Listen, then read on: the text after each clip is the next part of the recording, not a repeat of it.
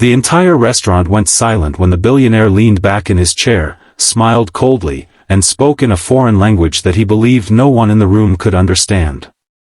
His words were meant to embarrass the young waitress standing beside him.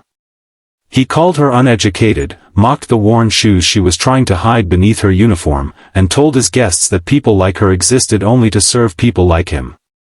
Then the waitress slowly placed the coffee pot on the table, looked him directly in the eyes, and answered him in the same language. But what she said next did more than leave him speechless. It uncovered a painful secret he had spent 20 years trying to forget. Welcome back to Compassion Chronicles, where every story reminds us that kindness can change a life and that people are often carrying struggles we cannot see. If you believe in kindness and second chances, please like this video, share it with someone who needs to hear it, and subscribe to Compassion Chronicles. And before the story continues, tell us in the comments, where are you watching from? The waitress's name was Maricela Vane, although everyone at the small restaurant called her Mari. She was 26 years old and worked double shifts at a quiet family restaurant called the Willow Table. Every morning, she tied her dark hair into a simple bun, put on the same green uniform, and smiled warmly at customers, even when she had barely slept. Most people saw only a waitress carrying plates and refilling glasses. They did not know that after work, Mari went home to care for her younger brother, Tavian, who was recovering from a serious accident. They did not know that nearly every dollar she earned went toward his therapy, medicine, and the small apartment they shared. That evening, the restaurant had been reserved for a private dinner. The guest of honor was Lucien Voss, a billionaire known for building one of the largest international shipping companies in the world. Newspapers called him brilliant, fearless, and impossible to impress. His employees called him demanding. Those who knew him personally described him with one word: distant. Lucien arrived with several wealthy investors, dressed in an expensive black suit. He barely looked at the staff as he walked inside. When Mari greeted him, he glanced at her name tag and gave a small, dismissive nod. She noticed that he spoke with a slight European accent, but she said nothing. Her job was to serve, not to judge. For the first hour, everything went smoothly. Mari brought appetizers, filled glasses, and carefully answered every request. But Lucien seemed irritated by everything. The soup was too warm. The bread was too dry. The music was too loud. Each complaint made the restaurant manager more nervous. Then Mari accidentally dropped a spoon beside Lucien's chair. It made a small sound, but Lucien reacted as if the entire dinner had been ruined. He looked at his guests and began speaking in a language none of the restaurant staff appeared to understand. He mocked Mari's clothes and said that she probably earned less in a year than he spent on a single watch. His guests laughed quietly. Mari stood still. Lucien continued, saying that people like her had no dreams beyond surviving another week. He joked that she was probably too ignorant to understand a conversation between educated people. The words hurt, but Mari did not cry. She had heard cruel things before. She had been judged for her job, her apartment, and the tired look in her eyes. Yet something about Lucien's voice made the pain feel different. It was not only arrogance. Beneath it, she heard anger. Deep, old anger. She placed the coffee pot on the table and answered him in the same foreign language.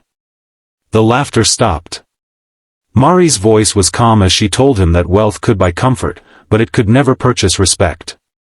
Then she said something that made Lucien's face lose all color. She told him that his mother would have been ashamed to hear him speak that way. Lucien stared at her. No one had mentioned his mother's name in years. He asked where she had learned the language. Mari explained that her mother had been born in the same country as Lucien's family. When Mari was a child, her mother taught her the language through songs, stories, and old letters. But then Mari revealed something even more surprising. Years ago, her mother had worked as a housekeeper for a wealthy family overseas. She often spoke about a lonely little boy who hid behind the staircase whenever his father shouted. Lucien's hand tightened around his glass. Mari quietly described the boy's favorite wooden toy, the small scar above his eyebrow, and the lullaby his mother used to sing when he could not sleep. The boy had been Lucien. For the first time that night, the billionaire looked frightened. Mari explained that her mother had cared for him when his own parents were too busy. She had been the one who comforted him after his father blamed him for every mistake. She had promised that one day he would become a good man, even if life tried to make him cold. Lucien stood suddenly and walked away from the table. His guests watched in confusion as he moved toward the large window. Outside, rain had begun to fall. For several minutes, no one spoke. Then Mari saw his shoulders lower. The powerful billionaire who controlled companies and fortunes looked like the lonely child her mother had described. When he returned, his voice was quieter. He asked Mari about her mother. Mari lowered her eyes and told him that her mother had passed away 5 years earlier. Before she died, she gave Mari a small wooden box and asked her to protect it. Inside were old photographs, letters, and a tiny carved boat. Lucien froze again. The carved boat had belonged to him. Mari had carried the box in her work bag for years because it was the last thing she had from her mother. She brought it from the staff room and placed it on the table. Lucien opened it with shaking hands. Beneath the letters was a photograph of him as a child, sitting beside Mari's mother. On the back, someone had written, "Never let pain teach you to become cruel." Lucien sat down slowly. His guests were no longer laughing. The entire restaurant seemed to understand that something far more important than a business dinner was taking place. Lucien looked at Mari and apologized. Not the quick apology of a man trying to protect his reputation, but the broken apology of someone finally seeing the person he had become. He admitted that after his mother died, he had buried his grief beneath money and work. He believed kindness made people weak. So he built walls around himself and called them strength. Mari listened quietly. Then she told him that her mother had always believed people could change when someone reminded them who they were before life hurt them. That sentence stayed with Lucien. The next morning, Mari arrived at work expecting everything to return to normal. Instead, the restaurant manager told her that Lucien had left a message. Mari feared that she had been fired or that the restaurant had lost an important client. But the message was not about business. Lucien had created a fund to help restaurant workers continue their education and support family members in need. He asked Mari to become the first recipient, not as charity, but as recognition of her courage and compassion. He also arranged for Tavian to receive the therapy he needed.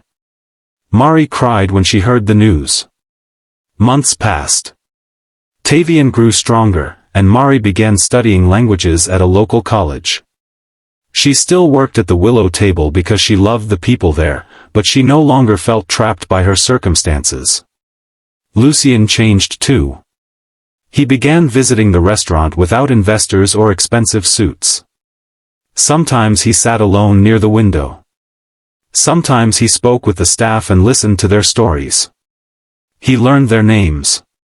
One evening, Mari served him coffee and noticed that he was smiling. She asked what had changed. Lucien looked toward the rain outside and said that for years, he had believed power meant making people feel small. But a waitress with tired eyes had reminded him that true strength was choosing kindness when cruelty was easier. Before the ending, please leave a special comment below. Kindness can wake up a forgotten heart. A year later, Mari stood on a small stage and received a scholarship award. Tavian sat proudly in the front row. Lucien was there too, quietly applauding. If this story touched your heart, please like the video, share it with someone who believes people can change, and subscribe to Compassion Chronicles for more emotional stories of hope, courage, and second chances. And as Mari looked across the room, she remembered the words written behind the old photograph, "Never let pain teach you to become cruel." That night, a billionaire learned that wealth could command attention, but only kindness could earn forgiveness. And a waitress who had been treated as invisible proved that sometimes the person standing quietly beside us carries the very words our hearts have been waiting to hear.